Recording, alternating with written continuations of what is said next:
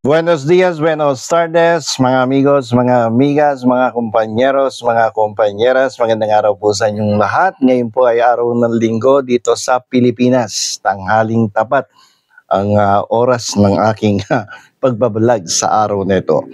Bueno, pag-usapan po natin ang uulitin na naman natin ito tungkol sa blank entries ng Bicameral Committee Report na may kaugnayan sa Enrolled Bill, General Appropriations Bill, at finally dito sa General Appropriations Act.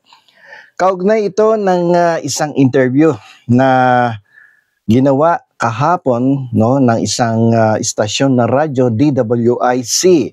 Sila ay naimbitahan nila ang dating Senate President na si Franklin Drilon tungkol sa validity ng General Appropriations Act na nagmula sa isang enrolled bill. Ipinaliwanag sa panayam na ito ng ating Senate President kung valid ba talaga ang enrolled bill at ang General Appropriations Act despite the fact na nagkaroon ng mga allegation of blank entries sa Bicameral Committee Report. At dito nga sinabi ng tahasan ng dating Senate President na mali ang mga aligasyon ng dating Pangulong President Roa Duterte. Lalong-lalo na if this Bicameral Committee Report can be challenged in court, you cannot challenge a Bicameral Committee Report. You can only challenge a law before the Supreme Court. What you can challenge is the enrolled bill that becomes a law, the General Appropriations Act. Ngayon pagdating naman doon sa enrolled bill, yan ay hinango doon sa Bicameral Committee report. At nagkaroon nga ng mga aligasyon na may mga blankong entries dito sa Bicameral Committee report. Pero nais ko lang po idagdag doon sa interview ng ating magiting na Senate President, dating Senate President na si Franklin Drilon, na bukod doon sa Bicameral Committee report, meron po tayong tinatawag na mga pangyayari, prior to the Bicameral Committee Conference. Ito yung mga floor debates, mga proposed amendments that were adopted by both chamber of the House, the Senate, at yung mga iba pang mga pangyayari. Yan po ay makikita natin, mababasa natin doon sa tinatawag na journal, itong journal of proceedings that you can check with the House of Representatives. Dito po matutunghayan ninyo kung paano nagkaroon ng argumento, kung paano nagkaroon ng mga debate, at ano ang mga proposed amendments, at ano yung mga amyenda na napagkasunduan doon sa Bicameral Conference Committee. So mga discussion yan na pwede ding i-adapt, na pwede ding gawing reference ng ating mababa at mataas na kapulungan when they are already in the process of polishing the enrolled bill. Alam niyo itong enrolled bill, kung kayo po ay isang estudyante sa isang universidad at nasa enrollment stage na kayo sa isang school, di ba pupunta kayo sa eskwelahan. Ang una niyong pupuntahan ay yung admin, yung Office of the Dean, tsaka yung Registrar Office. At kayo ay hihingi ng enrollment documents. Pipili kayo ng mga subject. Pipili kayo ng kursunada niyong professor. Pipili kayo ng kung anong oras ang pinaka-conveniente sa inyo. And that enrollment stage, yung proseso na yan, hindi pa final yan. At minsan nga, may bungi-bungi ba dyan? May mga blank entries dyan. At that is subject for the final approval of the admission officer or yung registrar head, yung registrar's office head. At pag yan ay ibinalik sa'yo, nakalagay na doon yung kanilang amendment to your proposed enrollment with the university.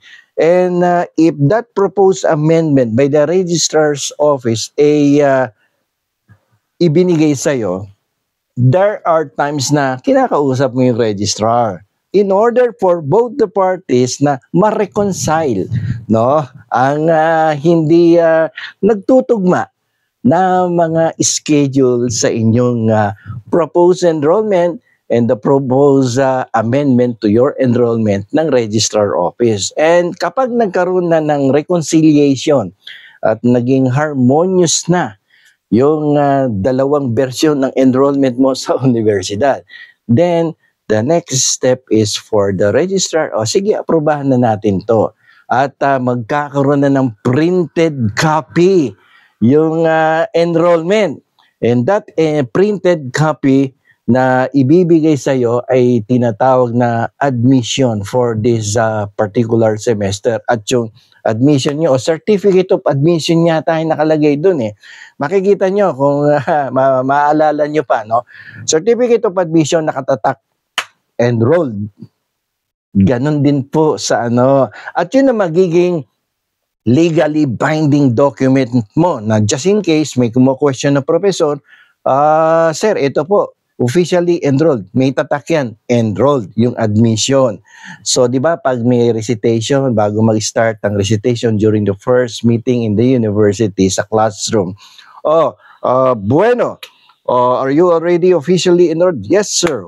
Show me your certificate of admission with the stamp na nakatatak dyan, enrolled. Yun.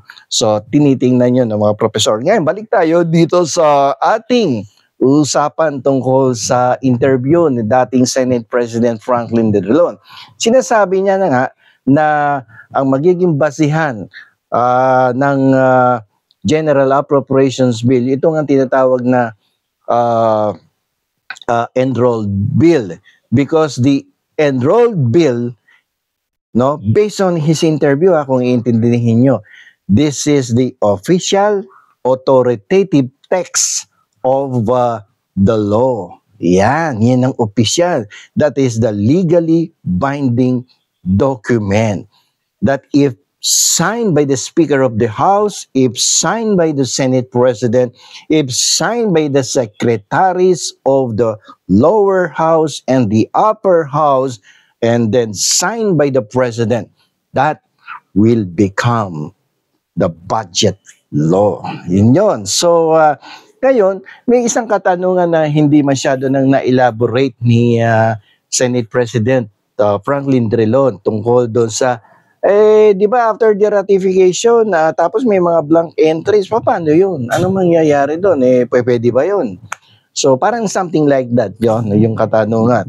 So, hindi masyado nagkaroon ng elaboration doon, pero if I will be asked about that particular question, nagkaroon ng blank entries, na-ratify ba? So, hindi naman ira-ratify yon kung blanco. Maaaring yun yung dokumento nila prior to the ratification.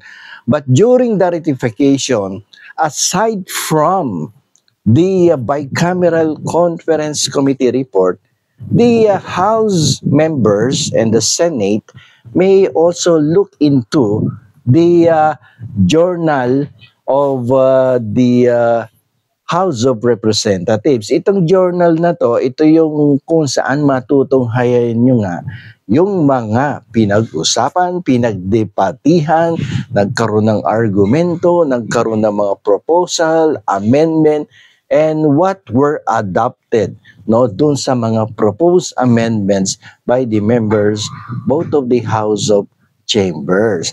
At yan ay pinapalis nila, and then kapag yan napagsama-sama, then there will be this printed form we call as enrolled bill that should be signed by the House Speaker, the Senate President, the secretaries of both houses, and then the office of the President. And in this case, pinirmahan yan ni President Ferdinand Marcos Jr. Kaya naging batas. Now, if there are errors just in case, then it can be amended because a law can be amended, it can be revised. By whom? By the one who enacted the law. Yan po yan. So, kasi ganito yan eh. Sabi nga ni Franklin Drilon, mali si dating Pangulong Rodrigo Roa Duterte sa kanyang interpretasyon sa General Appropriations Act, lalong-lalo na dyan sa pinagmulan nito sa Bicameral Conference Committee report na naging Enroll Bill.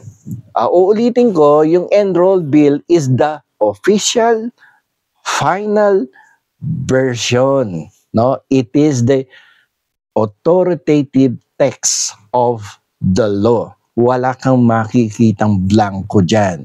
No? Kasi parang nangyayari kasi dito ay parang ginagawang issue yung mga blankong entries sa Bicameral Conference Committee report. No? At ang pinapakitang report ay the one prior to the ratification of the Congress.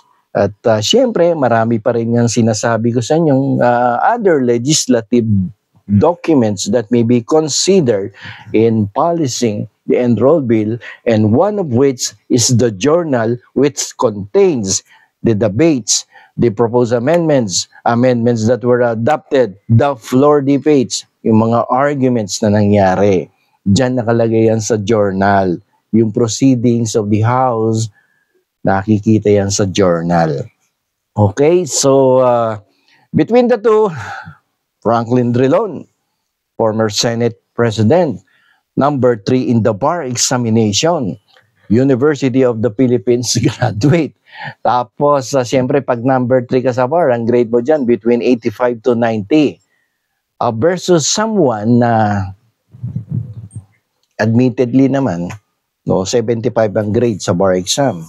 So, sino paniniwalaan ko? Kung sa klase, may kaklase ko between my two classmates na nag-top sa bar, siyempre 85 to 90 ang grade, at yung isa kong classmate pumasa sa bar pero ang grade naman ay 75. Sino mas paniniwalaan ko? Siyempre yung nag-top, kasi nung kaklase ko yun sa law school, pasok ng pasok yan, hindi uma-absent yan. Pag nag-research yan, ang galing-galing. Nung kumuha ng final exams namin, 90 ang grade. Tapos nung kumuha ng bar, nag-number 3. Tapos ito naman isa kong kaklaseng makulit, no? Ang kulit-kulit, no? Laging may reklamo, palaging nakikipag-argue. Ang argumento naman ay walang legal na basihan. Tapos nung kumuha ng final exam, ang grade naman pasang-awa. Kumuha ng bar, 75 ang grade. Pag nag-reunion kami at nagkaroon ng mga discussion tungkol sa batas, sino ang mas paniniwalaan ko? Yung kaklase ko na masipag pumasok, isang beses, hindi umabsent sa aming klase. Nung nag-final exam, siya ay nag-top sa amin, 90 ang grade. Nung nagkuha ng bar kami, ang grade niya between 85 to 90 at lumagpak siya doon sa number 3 sa top 10 of the bar examination. O yung kaklase kong palagi nagbubulakbol, palaging absent, nag-final exam kami, 75 ang grade. Nag-bar kami, 75 ang grade. Sino paniniwalaan ko? Kayo. Sino ang paniniwalaan nyo? Doon sa dalawang kaklase ko. Di ba? So, mas paniniwalaan ko yung nakakuha ng magandang grado at masipag mag-aral. At kapag tinanong mo, ay talaga namang artikulado. Articulate magsalita at laging may legal basis ang pananalita. Siyempre, doon tayo. At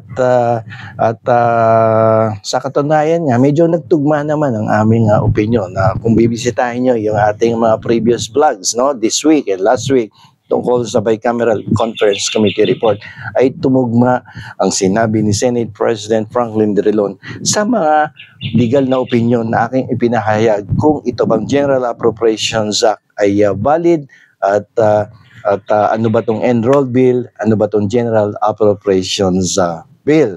Okay, so hanggang dito na lamang po at bumaksak yung papaya namin. Hanggang dito na lamang po. Ako pong muli ang inyong lingkod, Attorney Rene Bueno.